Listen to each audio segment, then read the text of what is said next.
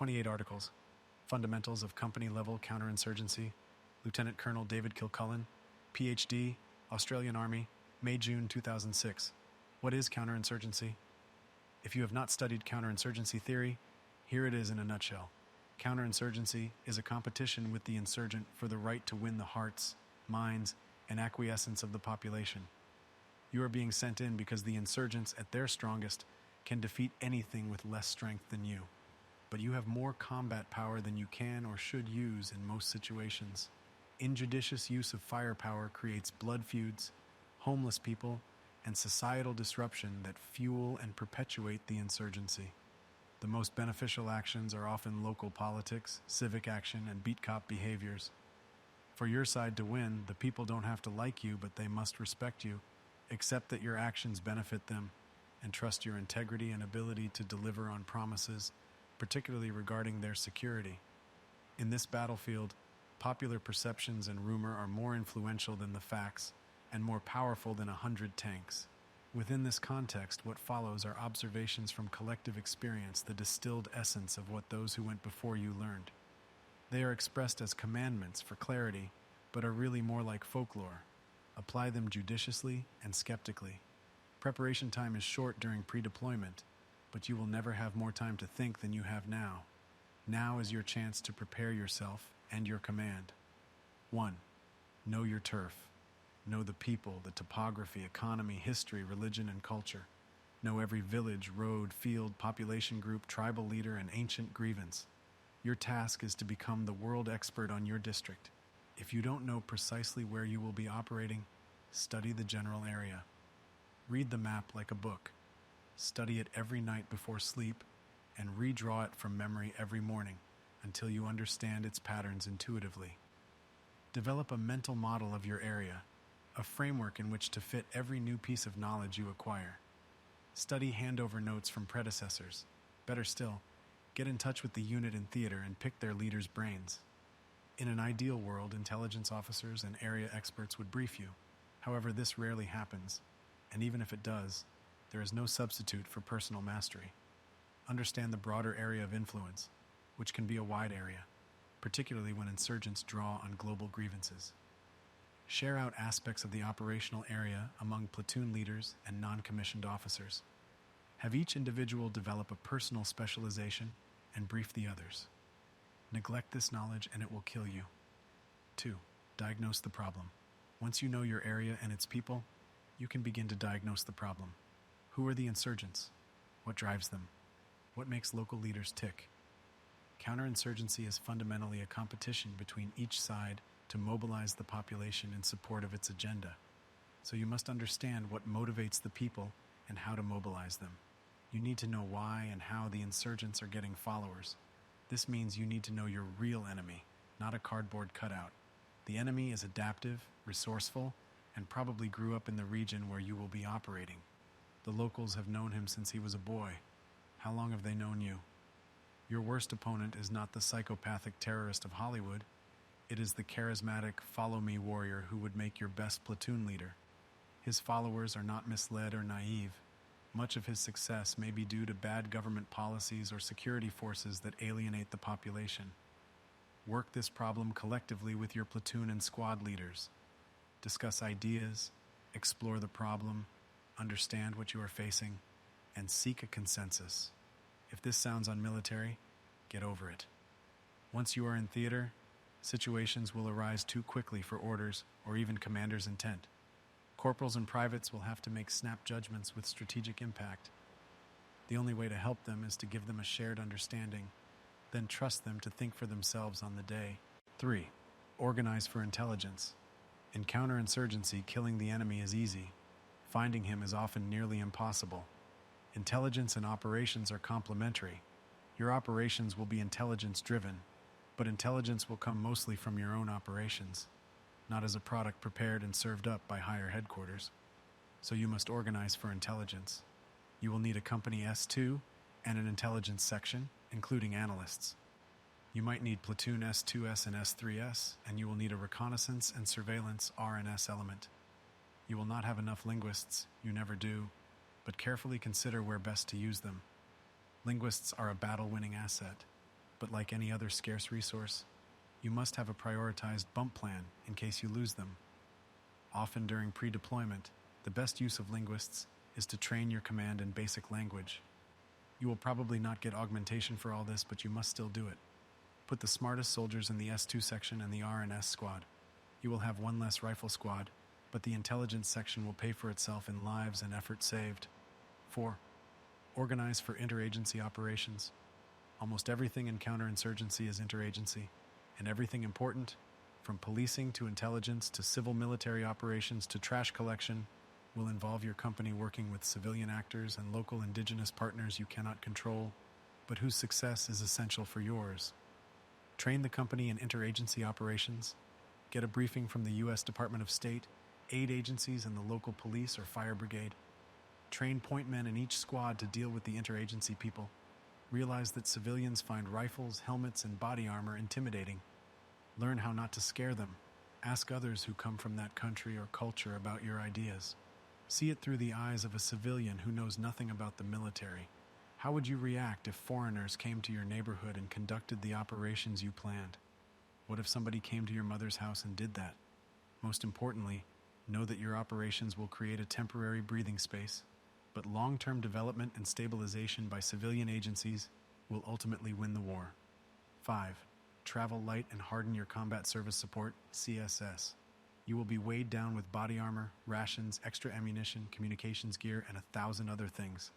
The enemy will carry a rifle or rocket-propelled grenade launcher, a shemagh, headscarf, and a water bottle if he is lucky. Unless you ruthlessly lighten your load and enforce a culture of speed and mobility, the insurgents will consistently outrun and outmaneuver you. But in lightening your load, make sure you can always reach back to call for firepower or heavy support if needed. Also, remember to harden your CSS. The enemy will attack your weakest points. Most attacks on coalition forces in Iraq in 2004 and 2005, outside pre-planned combat actions like the 2 battles of Fallujah or Operation Iron Horse, were against CSS installations and convoys. You do the math. Ensure your CSS assets are hardened, have communications, and are trained in combat operations. They may do more fighting than your rifle squads. 6. Find a political cultural advisor. In a force optimized for counterinsurgency, you might receive a political cultural advisor at company level, a diplomat or military foreign area officer able to speak the language and navigate the intricacies of local politics. Back on planet Earth, the Corps and Division Commander will get a political advisor. You will not, so you must improvise. Find a POLAD, political cultural advisor, from among your people. Perhaps an officer, perhaps not. See Article 8. Someone with people skills and a feel for the environment will do better than a political science graduate. Don't try to be your own cultural advisor. You must be fully aware of the political and cultural dimension, but this is a different task. Also, don't give one of your intelligence people this role. They can help, but their task is to understand the environment. The POLAD's job is to help shape it. 7. Train the squad leaders, then trust them. Counterinsurgency is a squad and platoon leaders' war, and often a private soldier's war. Battles are won or lost in moments. Whoever can bring combat power to bear in seconds on a street corner will win. The commander on the spot controls the fight. You must train the squad leaders to act intelligently and independently without orders. If your squad leaders are competent, you can get away with average company or platoon staffs. The reverse is not the case. Training should focus on basic skills: marksmanship, patrolling, security on the move and at the halt, and basic drills. When in doubt, spend less time on company and platoon training and more time on squads.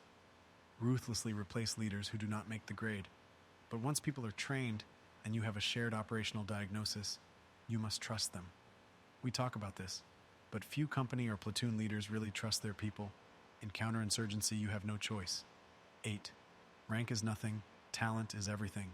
Not everyone is good at counterinsurgency. Many people don't understand the concept and some can't execute it. It is difficult, and in a conventional force, only a few people will master it.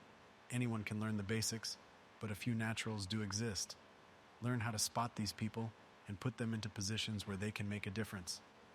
Rank matters far less than talent. A few good men led by a smart junior non-commissioned officer can succeed in counterinsurgency, where hundreds of well-armed soldiers under a mediocre senior officer will fail. 9. Have a game plan. The final preparation task is to develop a game plan, a mental picture of how you see the operation developing. You will be tempted to try and do this too early, but wait, as your knowledge improves, you will get a better idea of what needs to be done and a fuller understanding of your own limitations.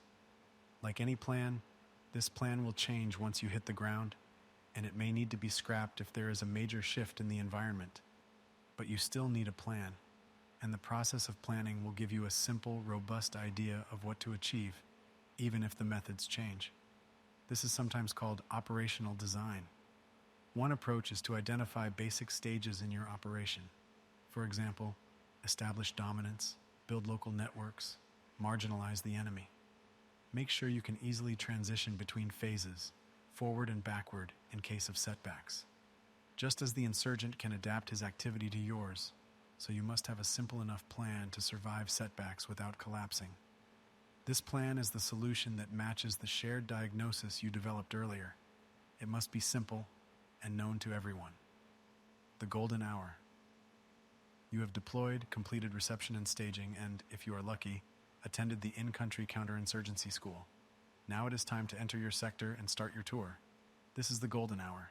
Mistakes made now will haunt you for the rest of your tour, while early successes will set the tone for victory. You will look back on your early actions and cringe at your clumsiness. So be it. But you must act. 10. Be there. The most fundamental rule of counterinsurgency is to be there.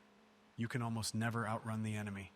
If you are not present when an incident happens, there is usually little you can do about it. So your first order of business is to establish presence. If you can't do this throughout your sector, then do it wherever you can. This demands a residential approach, living in your sector, in close proximity to the population, rather than raiding into the area from remote, secure bases. Movement on foot, sleeping in local villages, night patrolling, all these seem more dangerous than they are. They establish links with the locals, who see you as real people they can trust and do business with, not as aliens who descend from an armored box. Driving around in an armored convoy, day tripping like a tourist in hell, degrades situational awareness, makes you a target, and is ultimately more dangerous. 11. Avoid knee-jerk responses to first impressions. Don't act rashly, get the facts first. The violence you see may be part of the insurgent strategy. It may be various interest groups fighting it out with each other, or settling personal vendettas. Normality in Kandahar is not the same as in Seattle. You need time to learn what normality looks like. The insurgent commander wants to goad you into lashing out at the population or making a mistake. Unless you happen to be on the spot when an incident occurs, you will have only second-hand reports and may misunderstand the local context or interpretation. This fragmentation and disaggregation of the battlefield, particularly in urban areas, means that first impressions are often highly misleading. Of course, you can't avoid making judgments, but if possible, check them with an older hand or a trusted local. If you can, keep 1 or 2 officers from your predecessor unit for the first part of the tour. Try to avoid a rush to judgment. 12. Prepare for handover from day 1. Believe it or not, you will not resolve the insurgency on your watch. Your tour will end, and your successors will need your corporate knowledge. Start handover folders in every platoon and specialist squad from day 1. Ideally, you would have inherited these from your predecessors, but if not, you must start them. The folders should include lessons learned, details about the population, village and patrol reports, updated maps and photographs, anything that will help newcomers master the environment. Computerized databases are fine, but keep good backups and ensure you have hard copy of key artifacts and documents. This is boring and tedious but essential. Over time, you will create a corporate memory that keeps your people alive. 13. Build trusted networks. Once you have settled into your sector, your key task is to build trusted networks. This is the true meaning of the phrase hearts and minds, which comprises 2 separate components. Hearts means persuading people their best interests are served by your success. Minds means convincing them that you can protect them, and that resisting you is pointless. Note that neither concept has anything to do with whether people like you. Calculated self-interest, not emotion, is what counts. Over time, if you successfully build networks of trust, these will grow like roots into the population, displacing the enemy's networks bringing him out into the open to fight you and letting you seize the initiative.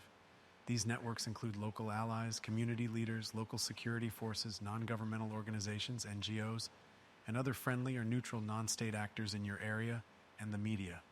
Conduct village and neighborhood surveys to identify needs in the community, then follow through to meet them. Build common interests and mobilize popular support. This is your true main effort. Everything else is secondary. Actions that help build trusted networks serve your cause. Actions, even killing high-profile targets that undermine trust or disrupt your networks, help the enemy. 14. Start easy. If you were trained in maneuver warfare, you know about surfaces and gaps. This applies to counterinsurgency as much as any other form of maneuver. Don't try to crack the hardest nut first. Don't go straight for the main insurgent stronghold. Try to provoke a decisive showdown or focus efforts on villages that support the insurgents. Instead, start from secure areas and work gradually outwards. Do this by extending your influence through the local zone networks. Go with, not against, the grain of local society. First, win the confidence of a few villages and see who they trade, intermarry, or do business with. Now win these people over. Soon enough, the showdown with the insurgents will come. But now you have local allies, a mobilized population, and a trusted network at your back. Do it the other way around and no one will mourn your failure. 15. Seek early victories. In this early phase, your aim is to stamp your dominance in your sector. Do this by seeking an early victory. This will probably not translate into a combat victory over the enemy. Looking for such a victory can be overly aggressive and create collateral damage, especially since you really do not yet understand your sector. Also, such a combat victory depends on the enemy being stupid enough to present you with a clear-cut target, which is a rare windfall in counterinsurgency. Instead, you may achieve a victory by resolving long-standing issues your predecessors have failed to address, or by co-opting a key local leader who has resisted cooperation with our forces.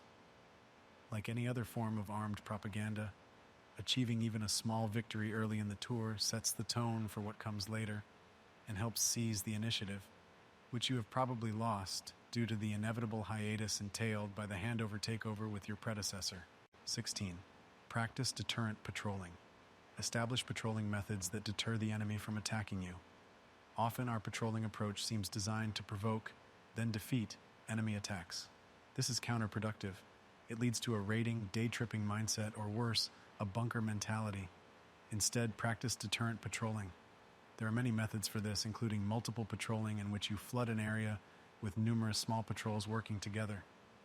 Each is too small to be a worthwhile target, and the insurgents never know where all the patrols are, making an attack on any one patrol extremely risky.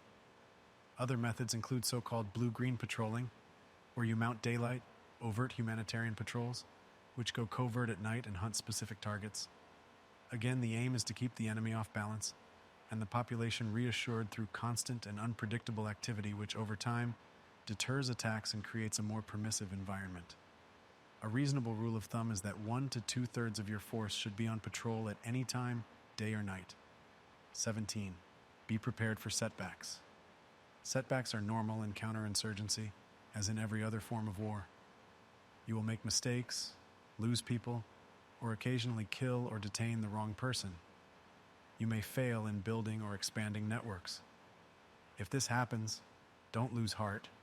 Simply drop back to the previous phase of your game plan and recover your balance. It is normal in company counterinsurgency operations for some platoons to be doing well while others do badly. This is not necessarily evidence of failure. Give local commanders the freedom to adjust their posture to local conditions. This creates elasticity that helps you survive setbacks. 18. Remember the global audience. One of the biggest differences between the counterinsurgencies our fathers fought and those we face today is the omnipresence of globalized media. Most houses in Iraq have one or more satellite dishes, web bloggers, print, radio, and television reporters, and others are monitoring and reporting your every move. When the insurgents ambush your patrols or set off a car bomb, they do so not to destroy one more track, but because they want graphic images of a burning vehicle and dead bodies for the evening news. Beware of the scripted enemy who plays to a global audience and seeks to defeat you in the court of global public opinion. You counter this by training people to always bear in mind the global audience, to assume that everything they say or do will be publicized, and to befriend the media. Get the press on side, help them get their story, and trade information with them. Good relationships with non-embedded media, especially indigenous media, dramatically increase your situational awareness and help get your message across to the global and local audience. 19. Engage the women, beware of the children. Most insurgent fighters are men, but in traditional societies, women are hugely influential in forming the social networks that insurgents use for support. Co-opting neutral or friendly women through targeted social and economic programs builds networks of enlightened self-interest that eventually undermine the insurgents. You need your own female counterinsurgents, including interagency people, to do this effectively. Win the women, and you own the family unit. Own the family, and you take a big step forward in mobilizing the population. Conversely, though, stop your people from fraternizing with the local children. Your troops are homesick. They want to drop their guard with the kids. But children are sharp-eyed, lacking in empathy, and willing to commit atrocities their elders would shrink from. The insurgents are watching. They will notice a growing friendship between one of your people and a local child, and either harm the child as punishment or use them against you. Similarly, stop people throwing candies or presents to children. It attracts them to our vehicles, creates crowds the enemy can exploit, and leads to children being run over. Harden your heart and keep the children at arm's length. 20. Take stock regularly. You probably already know that a body count tells you little, because you usually can't know how many insurgents there were to start with, how many moved into the area, how many transferred from supporter to combatant status, or how many new fighters the conflict has created. But you still need to develop metrics early in the tour and refine them as the operation progresses. They should cover a range of social, informational, military, and economic issues. Use metrics intelligently to form an overall impression of progress, not in a mechanistic traffic light fashion. Typical metrics include percentage of engagements initiated by our forces versus those initiated by insurgents, longevity of friendly local leaders in positions of authority, number and quality of tip-offs on insurgent activity that originate spontaneously from the population, and economic activity at markets and shops. These mean virtually nothing as a snapshot. It is trends over time that help you track progress in your sector. Groundhog Day. Now you are in steady state. You are established in your sector, and people are settling into that Groundhog Day mentality that hits every unit at some stage during every tour. It will probably take you at least the first third of your tour to become effective in your new environment, if not longer. Then in the last period you will struggle against the short-timer mentality, so this middle part of the tour is the most productive, but keeping the flame alive and bringing the local population along with you takes immense leadership. 21. Exploit a single narrative.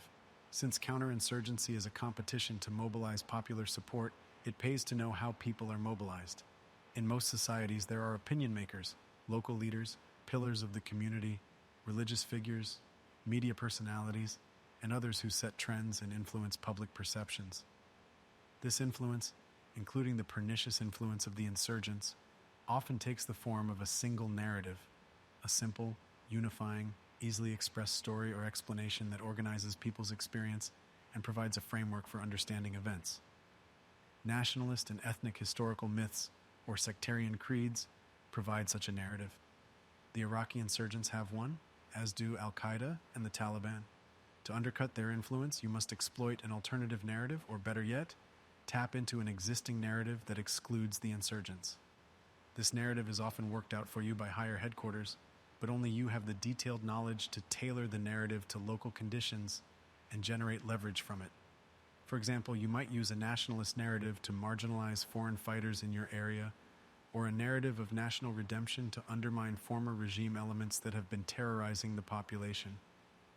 At the company level, you do this in baby steps by getting to know local opinion makers, winning their trust, learning what motivates them, and building on this to find a single narrative that emphasizes the inevitability and rightness of your ultimate success. This is art, not science. 22. Local forces should mirror the enemy, not the Americans. By this stage, you will be working closely with local forces, training or supporting them and building indigenous capability. The natural tendency is to build forces in the U.S. image, with the aim of eventually handing our role over to them. This is a mistake. Instead, local indigenous forces need to mirror the enemy's capabilities and seek to supplant the insurgents' role. This does not mean they should be irregular in the sense of being brutal or outside proper control. Rather, they should move, equip, and organize like the insurgents, but have access to your support and be under the firm control of their parent societies. Combined with a mobilized population and trusted networks, this allows local forces to hardwire the enemy out of the environment under top cover from you. At the company level, this means that raising, training, and employing local indigenous auxiliary forces, police and military, are valid tasks. This requires high-level clearance, of course, but if support is given, you should establish a company training cell. Platoons should aim to train one local squad, then use that squad as a nucleus for a partner platoon. Company headquarters should train an indigenous leadership team. This mirrors the growth process of other trusted networks and tends to emerge naturally as you win local allies who want to take up arms in their own defense. 23. Practice armed civil affairs. Counterinsurgency is armed social work, an attempt to redress basic social and political problems while being shot at. This makes civil affairs a central counterinsurgency activity, not an afterthought. It is how you restructure the environment to displace the enemy from it. In your company sector, civil affairs must focus on meeting basic needs first, then progress up Maslow's hierarchy as each successive need is met. You need intimate cooperation with interagency partners here, national, international, and local. You will not be able to control these partners. Many NGOs, for example, do not want to be too closely associated with you because they need to preserve their perceived neutrality. Instead, you need to work on a shared diagnosis of the problem, building a consensus that helps you self-synchronize. Your role is to provide protection, identify needs, facilitate civil affairs, and use improvements in social conditions as leverage to build networks and mobilize the population. Thus, there is no such thing as impartial humanitarian assistance or civil affairs in counterinsurgency. Every time you help someone, you hurt someone else, not least the insurgents, so civil and humanitarian assistance personnel will be targeted. Protecting them is a matter not only of close-in defense, but also of creating a permissive operating environment by co-opting the beneficiaries of aid, local communities and leaders, to help you help them. 24. Small is beautiful. Another natural tendency is to go for large-scale mass programs. In particular, we have a tendency to template ideas that succeed in one area and transplant them into another, and we tend to take small programs that work and try to replicate them on a larger scale. Again, this is usually a mistake. Often programs succeed because of specific local conditions of which we are unaware, or because their very smallness kept them below the enemy's radar and helped them flourish unmolested. At the company level, programs that succeed in one district often also succeed in another because the overall company sector is small, but small-scale projects rarely proceed smoothly into large programs. Keep programs small. This makes them cheap, sustainable, low-key, and importantly, recoverable if they fail. You can add new programs, also small, cheap, and tailored to local conditions, as the situation allows. 25. Fight the enemy's strategy, not his forces. At this stage, if things are proceeding well, the insurgents will go over to the offensive. Yes, the offensive, because you have created a situation so dangerous to the insurgents, by threatening to displace them from the environment, that they have to attack you and the population to get back into the game. Thus, it is normal, even in the most successful operations, to have spikes of offensive insurgent activity late in the campaign. This does not necessarily mean you have done something wrong, though it may. It depends on whether you have successfully mobilized the population. At this point, the tendency is to go for the jugular and seek to destroy the enemy's forces in open battle. This is rarely the best choice at company level, because provoking major combat usually plays into the enemy's hands by undermining the population's confidence. Instead, attack the enemy's strategy. If he is seeking to recapture the allegiance of a segment of the local population, then co-opt them against him. If he is trying to provoke a sectarian conflict, go over to peace enforcement mode. The permutations are endless, but the principle is the same. Fight the enemy's strategy, not his forces. 26. Build your own solution. Only attack the enemy when he gets in the way. Try not to be distracted or forced into a series of reactive moves by a desire to kill or capture the insurgents. Your aim should be to implement your own solution, the game plan you developed early in the campaign, and then refined through interaction with local partners. Your approach must be environment-centric, based on dominating the whole district and implementing a solution to its systemic problems, rather than enemy-centric. This means that particularly late in the campaign, you may need to learn to negotiate with the enemy. Members of the population that supports you also know the enemy's leaders. They may have grown up together in the small district that is now your company sector, and valid negotiating partners sometimes emerge as the campaign progresses. Again, you need close interagency relationships to exploit opportunities to co-opt segments of the enemy. This helps you wind down the insurgency without alienating potential local allies who have relatives or friends in the insurgent movement. At this stage, a defection is better than a surrender is better than a capture, and a capture is better than a kill. Getting short time is short, and the tour is drawing to a close. The key problem now is keeping your people focused, maintaining the rage on all the multifarious programs, projects, and operations that you have started, and preventing your people from dropping their guard. In this final phase, the previous articles still stand, but there is an important new one. 27. Keep your extraction plan secret. The temptation to talk about home becomes almost unbearable toward the end of a tour. The locals know you are leaving, and probably have a better idea than you of the generic extraction plan. Remember, they have seen units come and go, but you must protect the specific details of the extraction plan, or the enemy will use this as an opportunity to score a high-profile hit, recapture the population's allegiance by scare tactics that convince them they will not be protected once you leave, or persuade them that your successor unit will be oppressive or incompetent. Keep the details secret within a tightly controlled compartment in your headquarters. 4. What ifs? The articles above describe what should happen, but we all know that things go wrong. Here are some what ifs to consider. What if you get moved to a different area? You prepared for Ar-Ramadi and studied Dulaim tribal structures and Sunni beliefs. Now you are going to Najaf and will be surrounded by Al-Hassani tribes and Shia communities. But that work was not wasted.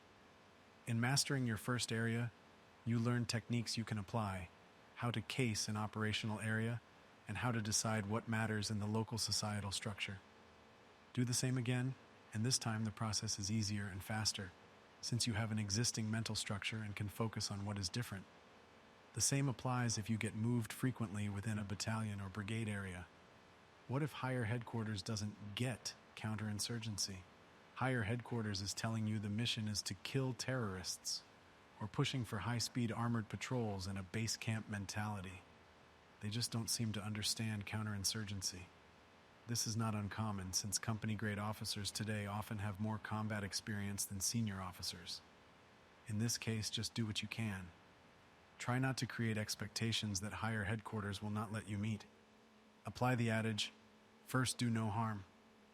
Over time, you will find ways to do what you have to do, but never lie to higher headquarters about your locations or activities. They own the indirect fires. What if you have no resources? You have no linguists. The aid agencies have no money for projects in your area, and you have a low priority for civil affairs. You can still get things done, but you need to focus on self-reliance.